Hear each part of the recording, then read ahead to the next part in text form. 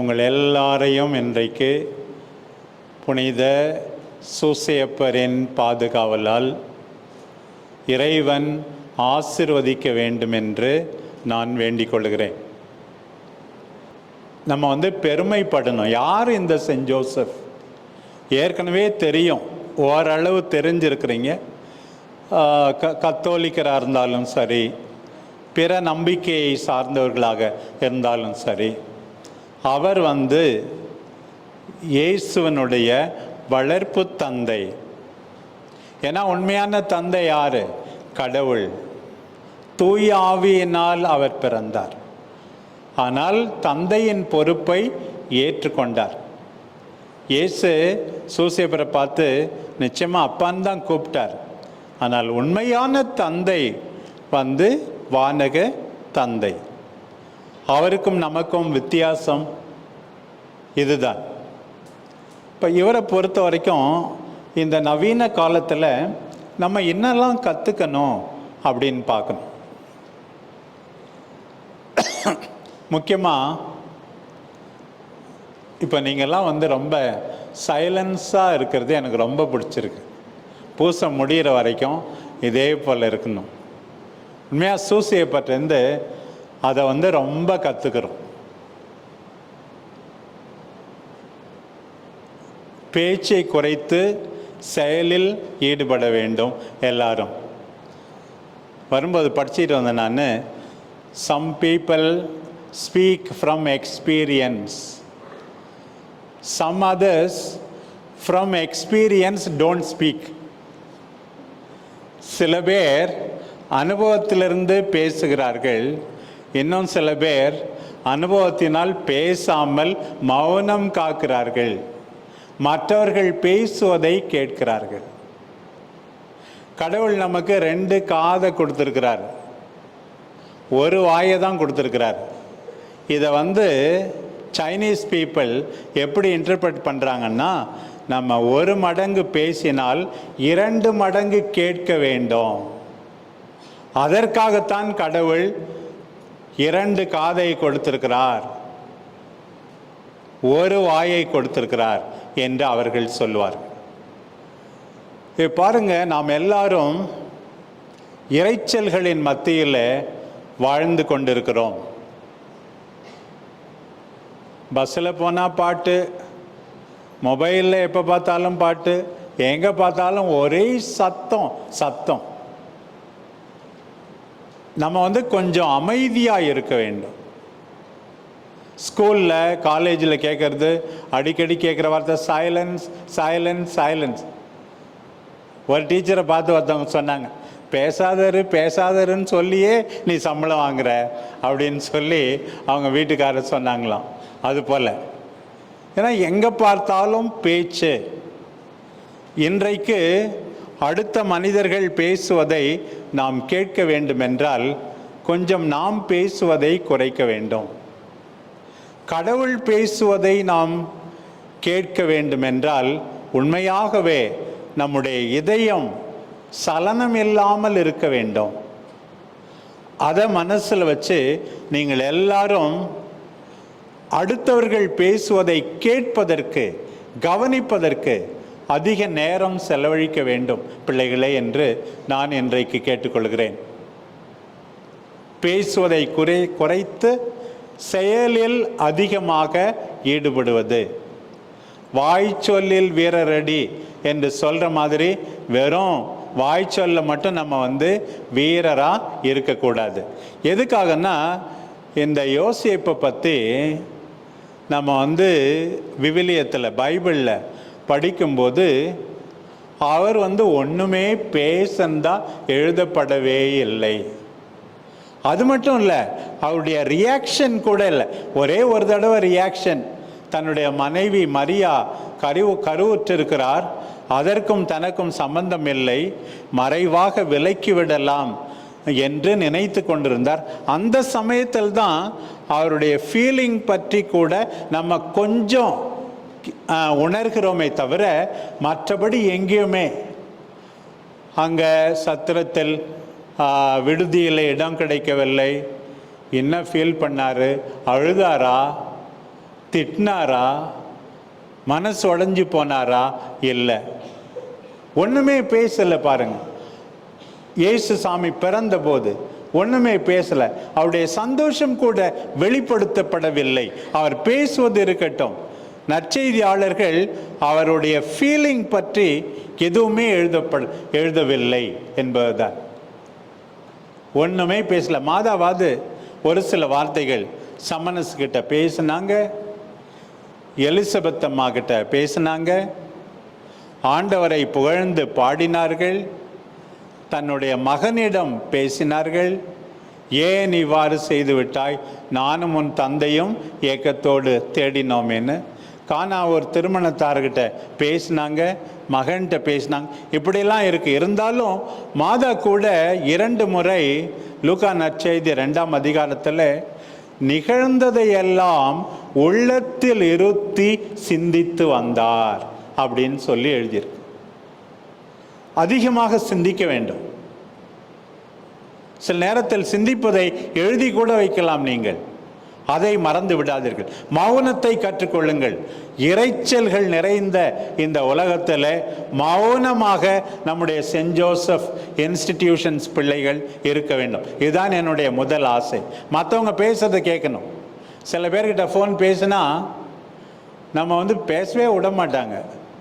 10 நிமிஷம் பேசினா நம்ம பேசுறது 1 நிமிஷம் தான் இருக்கும். அவங்கள பேசிக்கிட்டே இருக்கிறாங்க சில பேர். ஓகே, நம்ம கேட்கலாம் தான். நாம் மற்றவர்களுக்கு பேச வாய்ப்பு கொடுக்க வேண்டும். வாய்ப்பு கொடுக்குறோன்னு சொல்லி இப்படி எங்கேயோ பார்த்துட்டு இருந்தா போதாது. உண்மையாகவே கவனமாக அட்டென்ஷன் கொடுக்கணும் அவங்களுக்கு. இப்படி செய்யணும். அது முதல் செய்தி. 2வது, நீங்கள் எல்லாரும் பின்பற்றுகிறீர்கள் என்று நினைக்கிறேன். யோசேப்பு ஒரு கடின உழைப்பாளி, கஷ்டப்பட்டு உழைத்தவர். அது நமக்கு மிக தெளிவாக நமக்கு புலப்படுகிறது. அவரை பற்றி குறிப்பிடப்பட்டுள்ள பைபிள் பகுதியெல்லாம் பார்க்கும்போது ஹார்ட் ஒர்க்கிங், அரசனுடைய கட்டளைக்கு பணிந்து மனைவி மரியாளை பெத்லெஹேமுக்கு கூட்டிச் செல்வது, அங்கே கனவில் அவருக்கு சொல்லப்படுகிறது, இந்த குழந்தையை காப்பாற்ற வேண்டும் என்றால் எகிப்துக்கு ஓடி போகணும். உடனே கீழ்ப்படிந்து வேலை செய்வது. பிறகு அங்கிருந்து மீண்டுமாக கனவில் அவருக்கு சொல்லப்படுகிறது, மீண்டும் இஸ்ராயல் நாட்டுக்கு திரும்பி வா என்று சொல்லப்படுகிறது. எல்லா நேரத்திலும்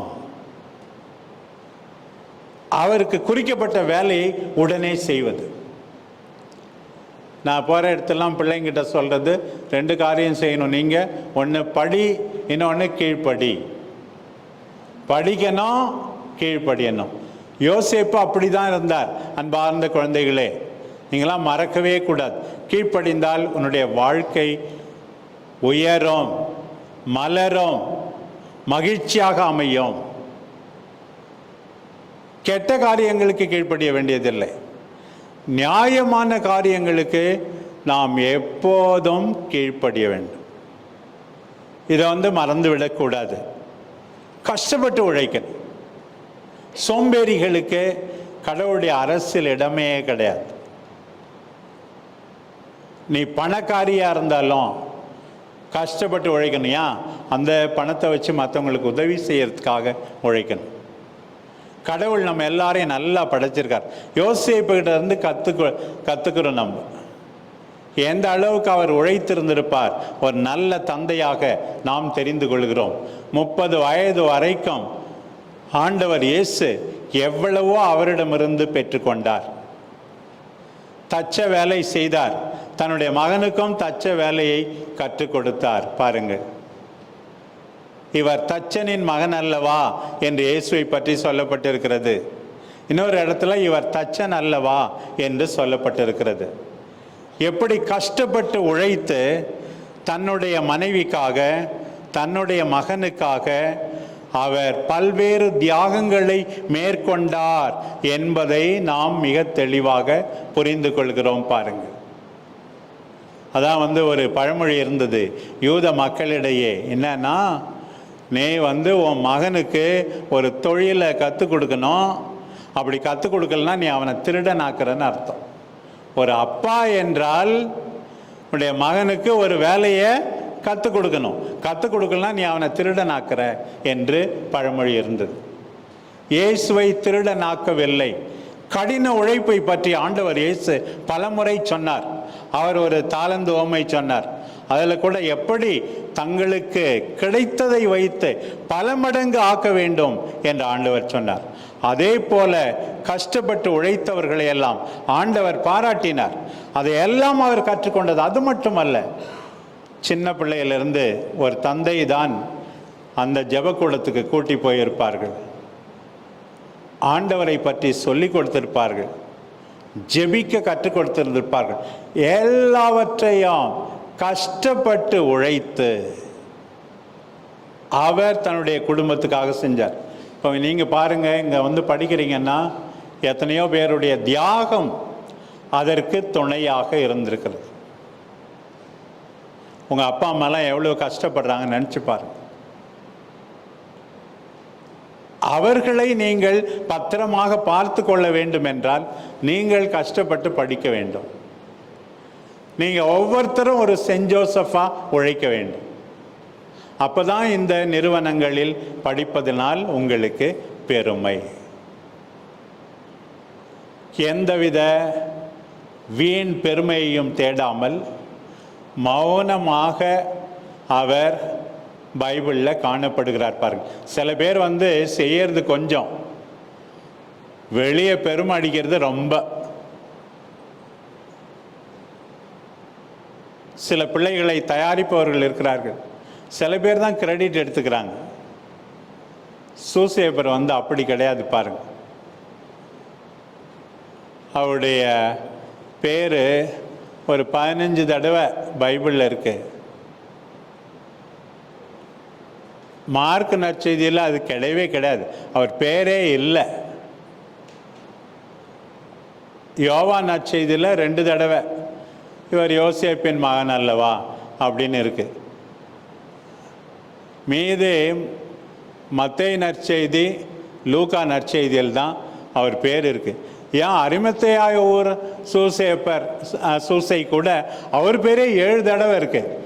இவ்வளவு நல்ல மனுஷன் பேர் 15 தடவை தான் இருக்குது. அதுவும் ஒன்றும் பேசந்தால் ஆரவாரம் இல்லாமல் ஆர்ப்பாட்டம் இல்லாமல் ஆண்டவரை பிரியப்படுத்த மௌனமாக மகிழ்ச்சியோடு தியாகத்தோடு அன்றாட கடமைகளை செய்தால்தான் நாம் எல்லாரும் சூசேப்பரை பின்பற்றுகிறோம். It does not matter who takes the credit as long as the work is done. அந்த மனநிலையை நாம் பெற்றுக்கொள்ள வேண்டும். சில பேர் வீண் புகழ்ச்சிக்காக எல்லாம் செய்வார்கள். வீண் புகழ்ச்சிக்காக, மற்றவருடைய கவனத்தை கவருவதற்காக எல்லாவற்றையும் செய்யாதே.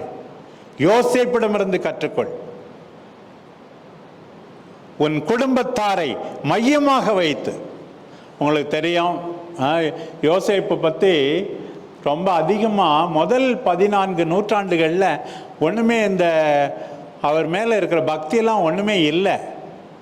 1400 வருஷமா, இப்போ கடைசியாக ஒரு 600 வருஷமாக தான் கொஞ்சம் கொஞ்சம் யோசேப்பை பற்றியே பேசுகிறாங்க. நம்ம அதுவும் இப்போ இருக்கிற திருத்தந்தை சிஸ்டர் முன்னுரையில் சொன்னது மாதிரி அவர் எப்போ பார்த்தாலும் அந்த